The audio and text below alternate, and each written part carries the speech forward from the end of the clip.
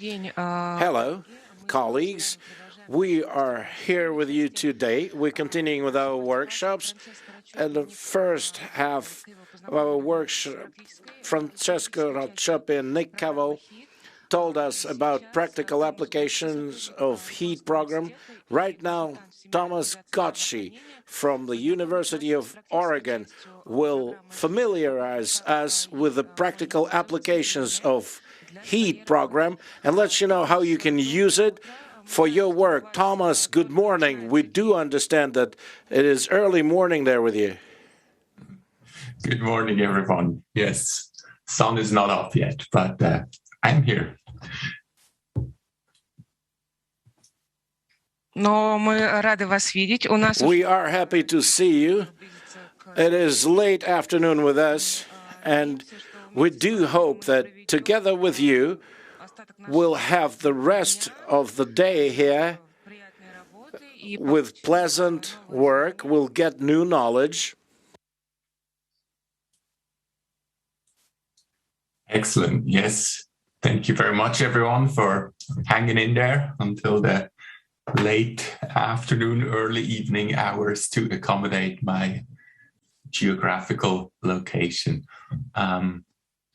My name is Thomas Gotchi. I'm a member of the HEAT development team, and I am located in Oregon on the American West Coast. I have been working with the HEAT project for over 10 years, and today I will introduce you to a little bit the more applied side of it. We'll take a look at some methodological aspects. I'll keep it light, not too much in depth, given that you've already heard a lot of information. If I could just get a quick confirmation from the tech team that you can see my screen in a second, then I think we would be ready to go.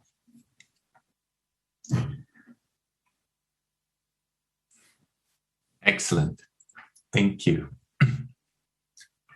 Okay, so you have already been introduced to the HEAT tool. Let me just quickly figure out how to advance the slides.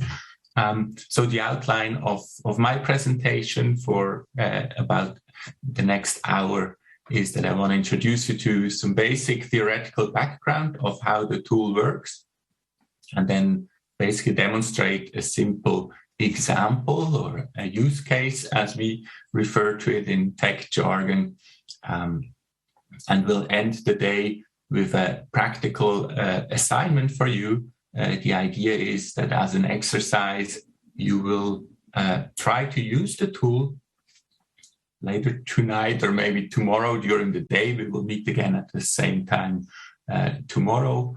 And we can then discuss the experience or the questions you have related to the tool.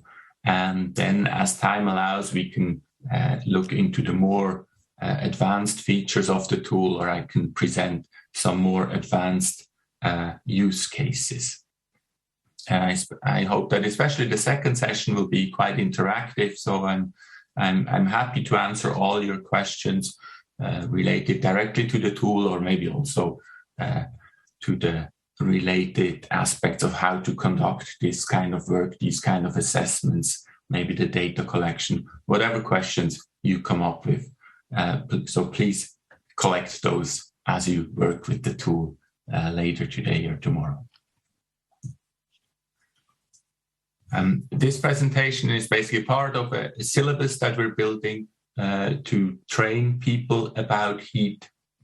So you have a one-slide description here, but mainly the objectives here are that you understand the logic of the tool and you get exposed to some first simple uses of the tool. You should also get a bit of a feeling of, where it's appropriate to use, but where the limitations are of the tool, and really get a hands-on experience. You see there also below my contact information, as well as the official HEAT email address that you can contact in the future if you have any questions working with it. Just a few remarks on the language, on the glossary terms that we often use in the context of heat that might need clarification. So active travel, when we refer to active travel, we basically just mean walking and cycling. In theory, this could also include running. In the future, we will have a module about e-biking.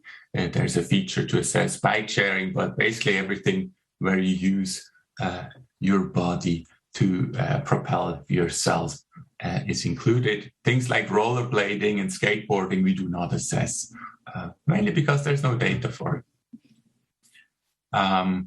This can be for the purpose of recreation, sports, or really and mostly also just for transport. So you don't have to exclude one or the other.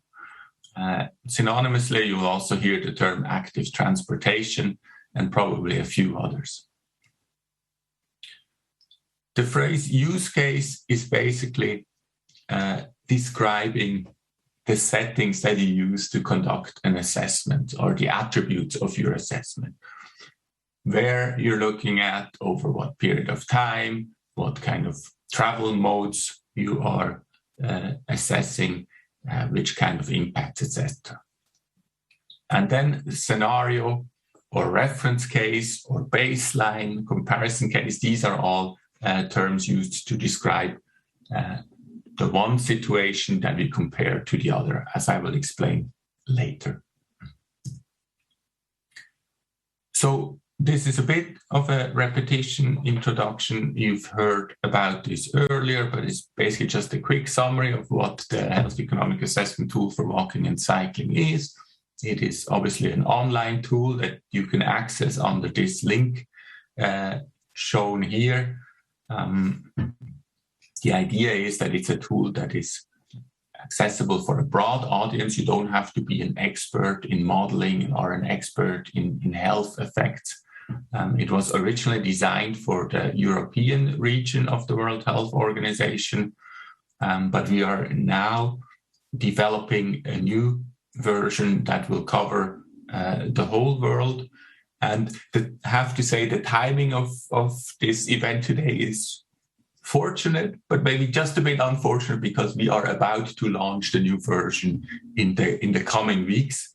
So what I will show you and work with is currently under this temporary link here, the new prototype, and it is close to final, but still a piece of work, and so you might encounter one or the other glitch, but we will take a look at this today and only drop back to the old version in case we run into troubles here. So basically, we're looking at a simple tool that allows you to consider health in planning decisions that affect walking or cycling. You've probably already seen this slide. It's a highly collaborative project. Many people involved, many different disciplines and many different funding sources that I want to acknowledge here.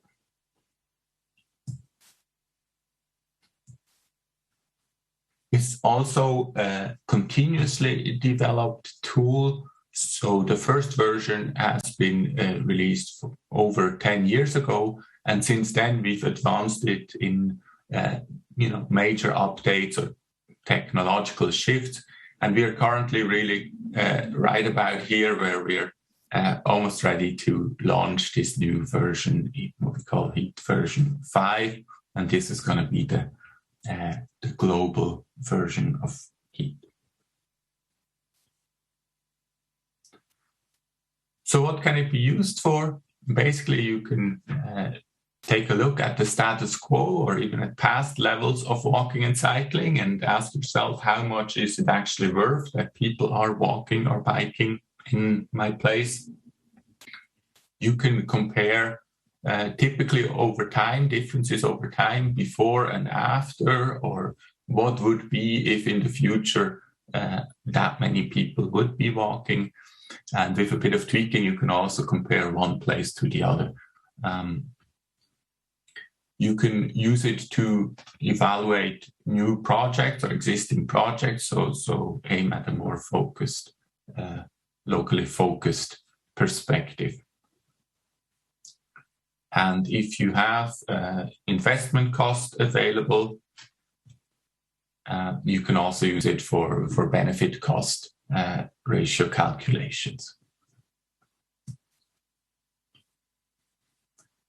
Regarding the target audience, we really emphasize that this is a fairly simple tool and that you don't need any in-depth health expertise nor any statistical or modeling expertise. It aims at the daily practical use for transport planners or civil servants or staff supporting policymakers. It's also quite popular with NGOs, non-governmental organizations, and advocates.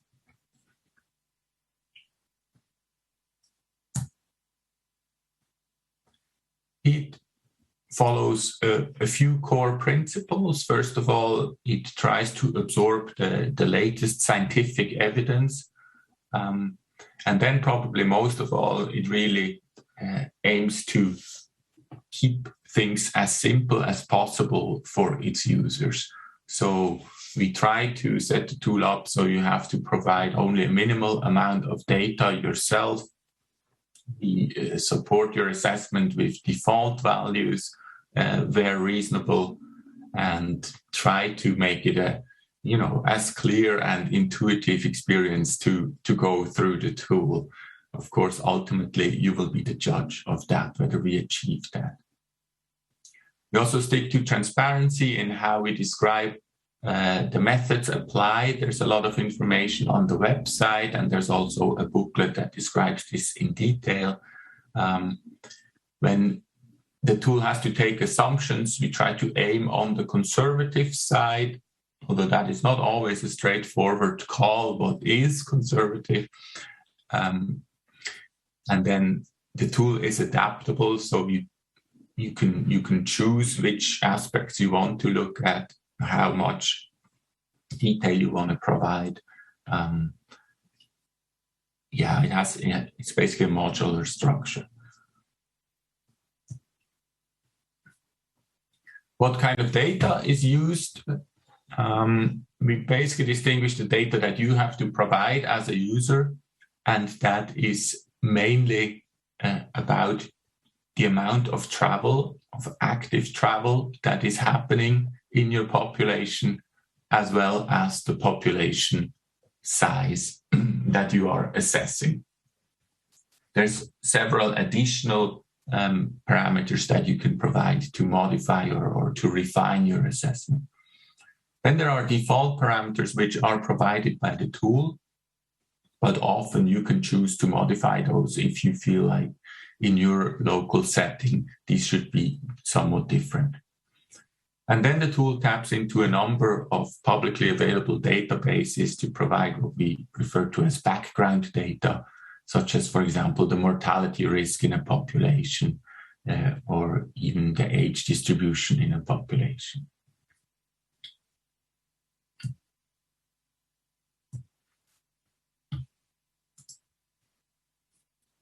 So the basic question that HEAT allows you to answer is, if X people walk or bike an amount of Y in most days, what are the health impacts on mortality and what is their economic value?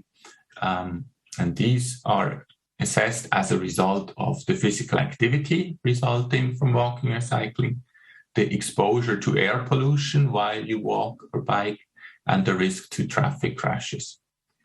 And with regards to air pollution, I really want to emphasize this, that we are basically looking at the aspect of air pollution from the additional exposure to air pollution because you walk or bike. So you might breathe more intensely, and that leads to an additional exposure compared to just the general exposure that you already have to. So if you compare this to AirQ+, we're only looking at what is on top of that due to walking and cycling. And we're only looking at the people that do walk or bike. So we're not looking at, or not yet looking at, effects how walking or biking might reduce overall pollution levels. And then in addition, there is a module that allows you to calculate the impact on carbon emissions as a result from shifting motorized modes such as cars to walking or biking. So let's look at the basic methodology of HEAT. This is called comparative risk assessment. And basically what it refers to is that we compare two situations. In HEAT, we refer to these as the reference case. You can also think of it as the baseline, and the comparison case, or sometimes referred to as the counterfactual case. So what this simple diagram illustrates is that you might have a certain level of walking or biking during the reference case, and in this case, a higher level of walking or biking in the comparison case. And as a result, you will see an impact on the mortality. So this is mainly due to the physical activity related to walking and cycling. And this illustrates that a higher amount of walking or biking will lead to a reduced risk for mortality. So our main tasks as user of the tool is to describe these two situations properly.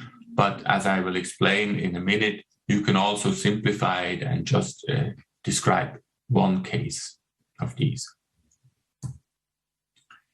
So this is what we refer to a single case assessment. And basically here you're taking a shortcut and you're only describing the reference case. You can say nowadays in Moscow, people walk this much, let's say 10 minutes a day.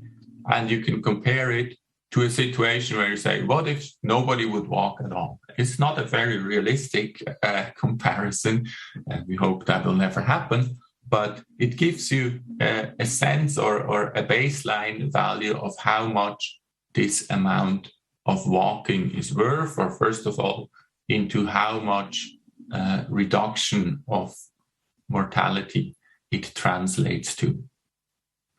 So then basically, the tool will look at this amount, and you can tell it over how many years you want to assess this amount of walking, and it'll calculate the overall impact. Now compare this to the probably more typical and more useful application where you compare two cases. So in this situation, you would specify the reference case, your baseline starting value if you want.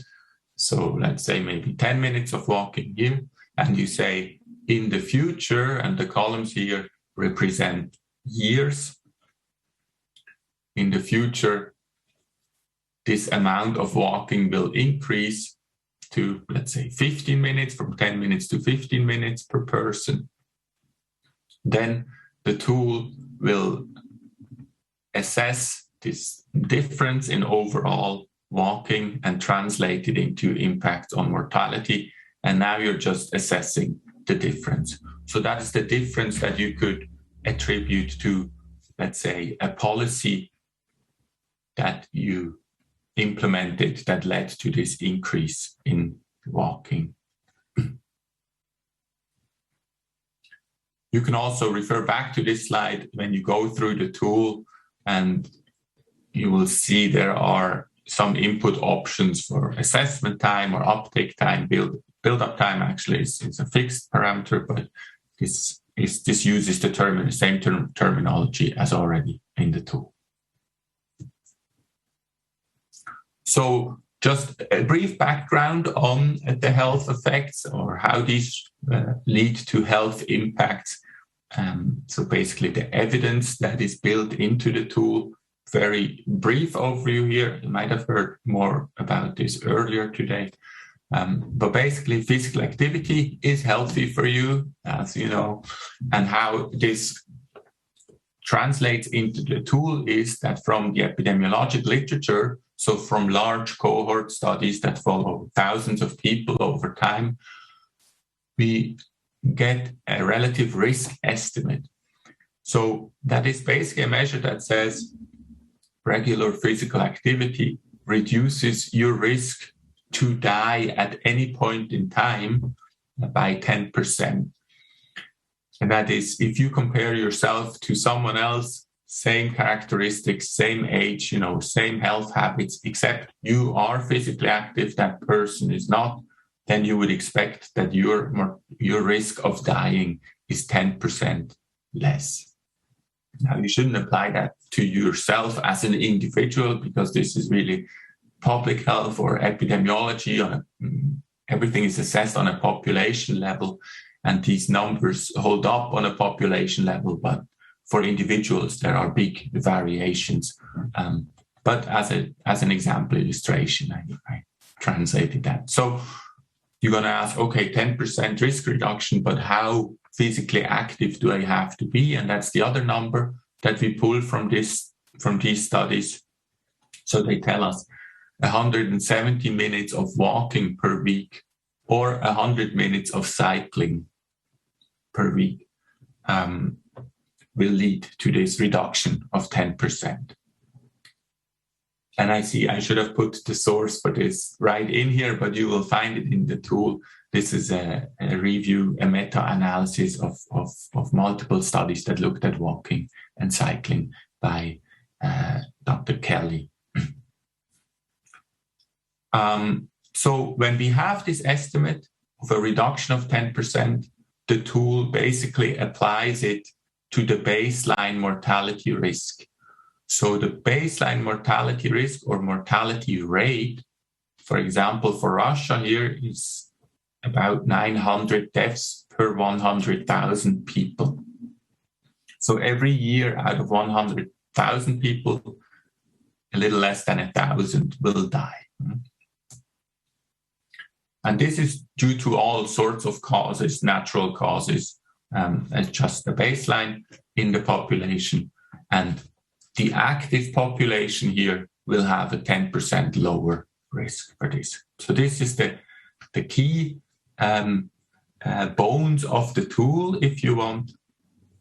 And then when you have a reduced mortality rate due to physical activity, the tool multiplies it with the population size.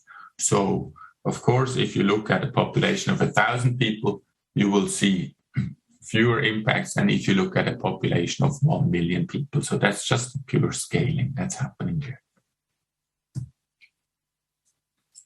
there. A few additional remarks about the calculations in HEAT. So this is a very simple model that uses aggregated population average figures. It does not reflect variations between individuals, nor in their risks or in their travel behavior. There's a crude consideration of age groups in there, so you can assess younger adults or older adults or the whole adult population. And this is very influential because the baseline mortality risk is very much determined by age. So older people have a much higher baseline mortality risk. If you get older people to be more active, you will see much bigger impact or much bigger benefits from physical activity than if you get very young people to be more active, just because in the younger ages, the mortality risk is not very high yet. The tool also applies simple linear dose response functions. So it basically does not distinguish whether population overall is, or whether individuals in the population are already very active and sportsy or whether they are not active at all. It basically averages out these effects across whatever level of physical activity you put in there. So you might have seen this slide already, but this is the workflow of the tool, where basically at the beginning you provide information about what you want to assess. Then you enter the data about travel and about your population. And if you choose to do so, you have several adjustment options available depending on your use case, depending on the scenarios that you're looking at. And then HEAT will calculate the impacts in terms of physical activity, air pollution, crash risk, and carbon, and also monetize those. So with that, I think it would be time to take a look at the first simple use case. This is a hypothetical case that I made up, but let's look at Moscow, only at walking, and let's just see how much 20 minutes of walking per person is worth. We're going to look at the adult population. I looked up some population figure. I believe I looked it up. Maybe I made it up.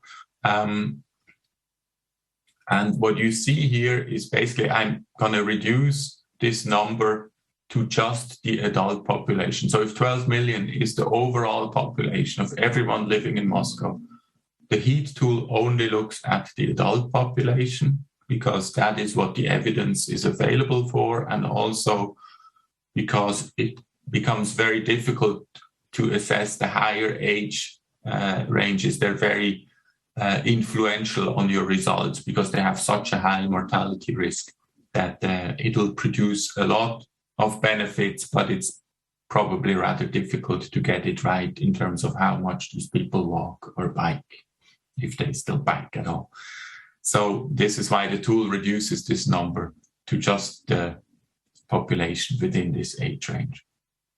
And then we're gonna value these impacts with a value of statistical life. I have not explained that here quite yet. I can do this actually probably tomorrow. It might have been mentioned earlier, but this is the monetization unit that translates mortality risk reduction into a monetary value. So let's see whether my setup works here, and we're gonna shift over to the tool. And so I am using the link, and I should make this probably bigger for you. I'm using this new heatwalkingcycling.org link with the /tool already. The link will take you to a website first from which, actually I can probably load this for you just for the exercise later. So it'll take you to a website and you can read through this, and at the bottom it'll tell you start using the tool. It'll take you next site, and then eventually you'll get here to the tool. So this is your starting point. Each section of the tool has an introduction. We are introducing a new feature here about user interface options. You can ignore this at this point and just click next. And then you can start entering, or I'm entering our simple use case here as an example. We said we're going to look at walking. It'll ask you about the geographic scale. So first you select your country. You can use text entries to search for that. Let's say we're going to do this at the city level. Look for Moscow here. And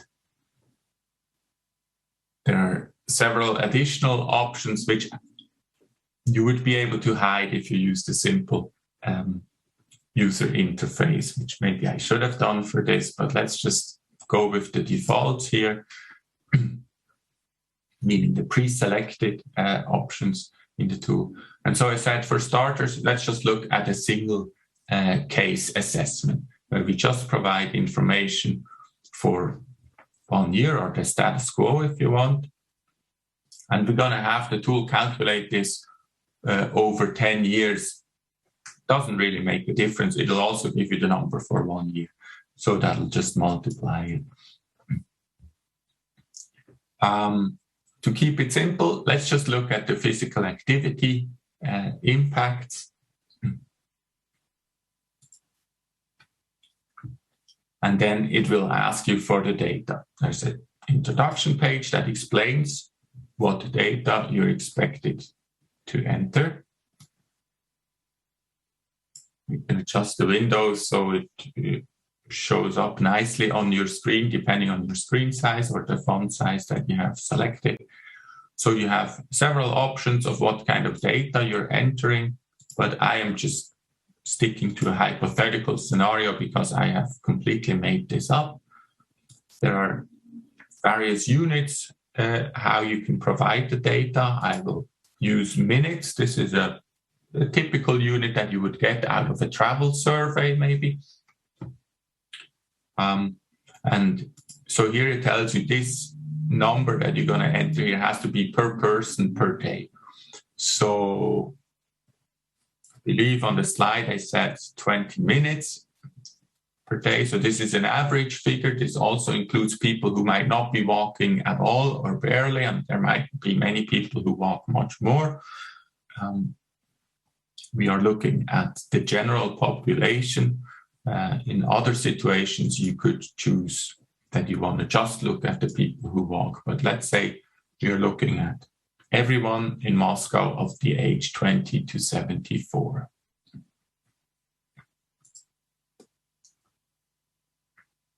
So then we enter the population data, and the tool tries to provide the population size when it has it available, typically for country and not so much for cities.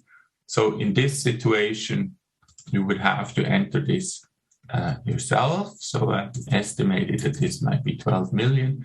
And what you see, what the tool is doing for you, it apparently has information about the age distribution in the population. This information is based on the Russian population, so not the Moscow population, but it tells me that 71% of people are between the ages of 20 to 74. So it does this calculation for me that I had shown you on the slide before. So we're looking at about 8.5 million people. Then there's a section of data adjustment. This depends a little bit on how complicated your use case is. In my case, very simple. There's not going to be a lot to adjust. And for now, I will just ignore this because all these come with a default setting that I can accept as is. So in this case, I'm not choosing to make any adjustments because of when I received the data or where I received it from, basically. Then there's a section with additional parameters. Again, the tool will provide those for you as long as they're available, but it basically shows them to you so you can review them. So here's the mortality rate that I explained earlier. It sets it at 905. You might have seen before that I had a slightly different figure in my slide. So if you think, oh no, actually the figure should be a little different, you could choose to override it here. Then here's the value of statistical life that I mentioned earlier. So that is how much of a monetary value do you assign for this risk reduction. And this is basically a figure that you would try to obtain from your local planning or decision-making context. So let's say if the Department for Transport uses VSL in project assessments where, let's say, they improve the safety of a highway, they use this kind of figure, you would try to use the same figure. The figure that is in the tool is based on a methodology to calculate this from a single value based on OECD studies. So take this with a grain of salt. I also have to say these are temporary figures right now. So the ones you see in this new heat walking cycling link you should not quote or, I don't know, pick and run with them. They are not final figures right now. But so in this case, we're assessing this at about 880,000 US dollars. The tool applies economic discounting, meaning that benefits that occur in the future will be reduced to a present value. You can set the discount rate in the tool. Then you get a chance to review certain parameters that the tool is using, and some of those you can change. So if you say, oh, in Moscow, we typically walk faster than 5.3 kilometers per hour or slower, you could change this here. I will ignore this for now. And then it presents you the results. And the results are always following the same scheme. It gives you a brief summary of what you have assessed. So 20 minutes per person in a population of 8.5 million. Gives you the result in terms of mortality impacts. So this prevents 7,000 premature deaths every year in our population of 8.5 million. And then it also does the math for you for the 10 years, obviously just 10 times more. And then in the third box, you get a monetized value for that, where basically these deaths are just multiplied with the value of the statistical line. You have some crude export functions for these results. You could look at detailed results if you had a more complicated use case, but because I only looked at one mode and at one impact, this will not provide anything new. And that is basically it. That is one run through an assessment,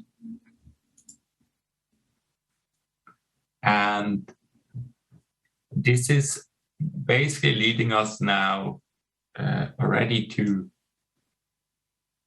Yeah, here I have just screenshots in the presentation. But so this is leading us now to the practical exercise that I would ask you to conduct between basically soon after this talk and tomorrow. I think at this point it would also be good to point out that you could ask me questions in the chat, which you might already have been doing. I'm not sure whether I see those directly or whether the translator or the moderator would let me know. But so the assignment for tomorrow is basically that I would like you to use the tool and try to assess a situation that is as realistic as possible. And by that, I mean, it might be a policy or a project that you have been working with in your professional life, or just a situation that you might encounter as a common citizen while you travel, let's say, from home to work, or while you walk through your city, and you come up with a scenario. What if, things in the road infrastructure would be changed, that maybe more people would walk, or that biking would be easier? And then try to translate this into a very specific research question that the HEAT tool can address. So you will have to translate it into these two situations and how much of the various travel modes are occurring. If at all possible, it would be great if you use actual data that you might get from the internet, or that you might have at hand through your work already. But very likely you will not have sufficient data available, and you will have to take assumptions. So try to make very reasonable, well-informed assumptions or best guesses where you use your expertise to assess, realistic amounts of how much people would travel, realistic distances for trips if you choose this as an entry unit, etc. And then when you receive the results, don't just accept them as is, but review them carefully and ask yourself, whether that makes sense, whether you question some of the assumptions that you made, maybe you have to revise them. And then the goal would be that tomorrow you could present just in a 1 to 2 minute summary your experience, your report, what you were trying to assess, what kind of information you used to build that case, and what the results were. You don't need to really write this up in a detailed way, but if you choose to do so, there is a template, which I believe you have been provided, and you could do this in a very systematic step-by-step exercise. I don't expect you to do this, but the template might be also very helpful as a guidance in case you get stuck or in case you're not sure what one or the other entry option is. I very much encourage you to use a more refined assessment than what I just did. So try to do a 2-case assessment, try to assess more than just one impact pathway.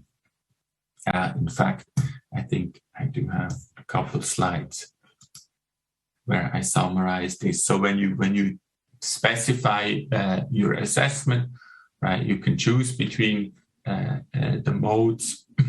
You could also try a project level assessment, specify 2 cases and here various impact pathways. If you choose to provide motorized mode data, it can get a bit more involved, but it should still be possible to do it. So I encourage you to explore this. As I said, in terms of data inputs, what you will need is really a population that you define. You're saying you want to look at the impacts in this area where these many people live, and you have to find a way to specify their walking and biking volumes. Tomorrow, we will take a closer look at your options on how you can adjust these data. So there is this data adjustment section, and you really go and explore it, try to understand what it means, but maybe one or the other will trigger some questions, and we can talk about this tomorrow. Maybe one word about possible data sources. This is often the hardest part of these kind of assessments, unless you choose a hypothetical scenario where you make everything up. So typically, if you do an area-wide assessment, and by area-wide we mean you're asking for the whole country or for the whole city, in some cases even maybe for a certain part of the city or a certain region in the country. Typically, you would want to get data from a population survey. So a survey that randomly asked people living in this area, and you can extrapolate this data for the whole population. A quite different setup is when you obtain location-based data. So this is typically count data. This can be automatic, based on a camera, based on other counting devices, or it can be people standing on the side of a bike path or a trail, just counting how many pedestrians or cyclists pass by. So with this kind of data, you would have to assess a population of cyclists or pedestrians. So it's a bit different. you can try to use this and see where you struggle, but it's basically all about defining the population type correctly. And then, of course, nowadays there's many other options to obtain data as well, from transport models, or the phones that we carry with us actually provide very insightful data on our travel behaviors as well. So that's another possible source. And if you can't get hold of this data, obviously by tomorrow, you can also just make up a scenario where you say, oh, if I would use this kind of data, how would I have to go about it? So with this, I would conclude my presentation for today, and I would happily open it up for some questions if people have some questions related to the assignment or in general to what I presented today. And then just as an outlook for tomorrow, I hope that we can look at maybe 3 or 5 of the assessments that you conducted that you could report back. And then we'll have a question and answer session about issues you ran into. And as time allows, I will present more advanced use cases or explanations about the maybe advanced features of heat. So with that, I would like to thank you and hand it back to the moderator. I see you're hidden behind my chat here. And ask you whether it's possible to facilitate questions and how you would do that.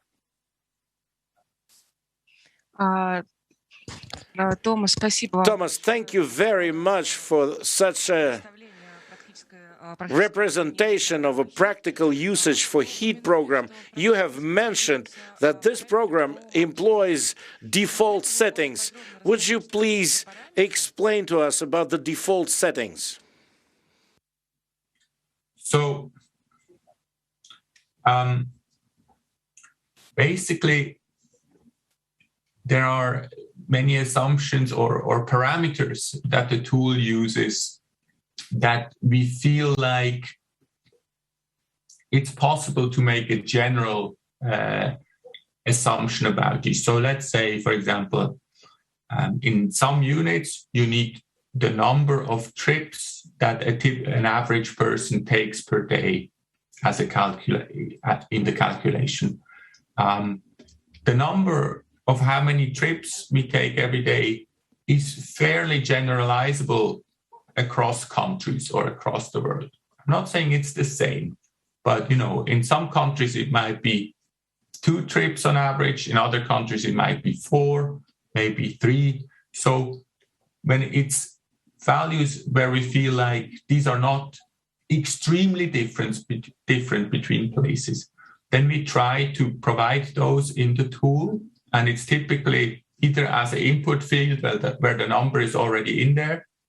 And then a user, if they have local data, and they say, oh, in our travel survey from Moscow, it says, I don't know, people take 3.7 trips a day, then they can overwrite this number. But the idea is that if you don't have that kind of data, you can still use the tool and you can still assume that the number that we provide you with is reasonable. This is mostly also the part for some of these adjustment features, which are typically set to, we just don't adjust the data that you give us. But sometimes we suggest, that maybe half of your data is for transport purposes and the other half is for recreation purposes. And then it is up to the user to look at that and say, well, actually, in my case, it is more 80% for transport.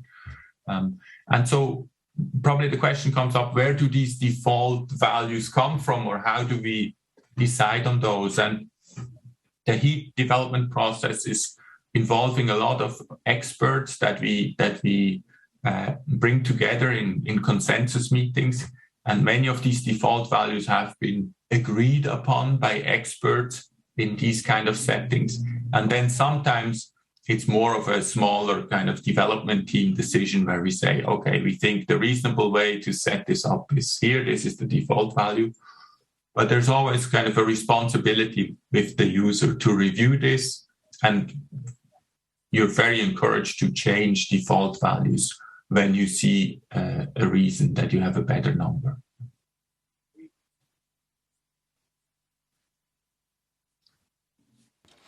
Thank you, Thomas, for your answer. And we have viewers here with a question or perhaps a wish. They want to familiarize themselves with your presentation, specifically using it in work. Would you allow us to forward your presentation to our current viewers for further application at work? Yes, I think that would be fine. I want to point out that we do, as part of the project, have on our agenda or maybe on our wish list that we will produce maybe more official kind of like training presentations or slide sets for exactly that purpose. So it is absolutely fine that you forward this. Just maybe with the caveat that this might not be the most polished and most final version of this, but for the future, we actually intend to offer these kind of training manuals and maybe more interactive training manuals. So someone could download this from the website and maybe have like a little presentation, in a small work circle for exactly the purpose that you're asking. So yes, I would be happy for you to use these. Yeah. Thank you, Thomas.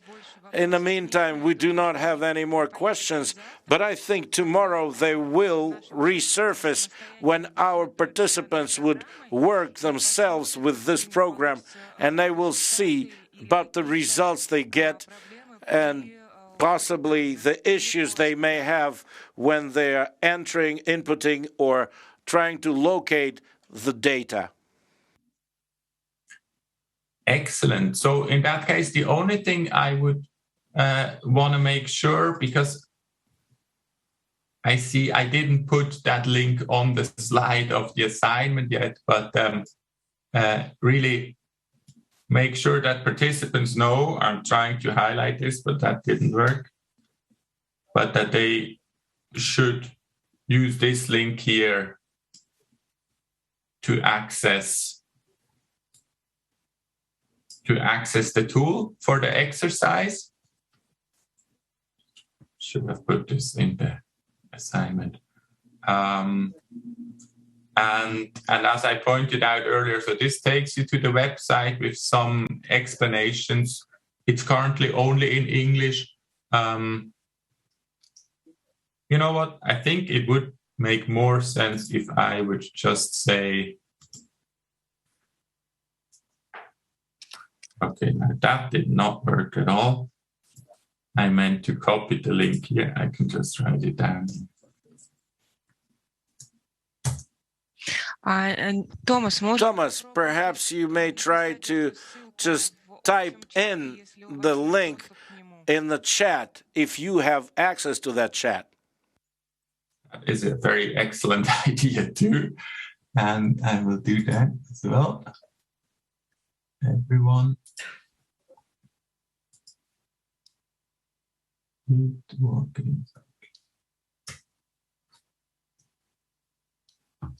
So this is the link that you should use. I'm not sure whether you'll still have access to the chat when you're home. But this takes you directly to the tool, because I realized if you just go on the link without tool, you will end up on this English website here, which is, by the way, not updated and it's a bit outdated. But at the bottom of the website would be the link to start a heat assessment, and then it takes you to the tool. So this is where you want to start. I'm making this much more confusing than I should.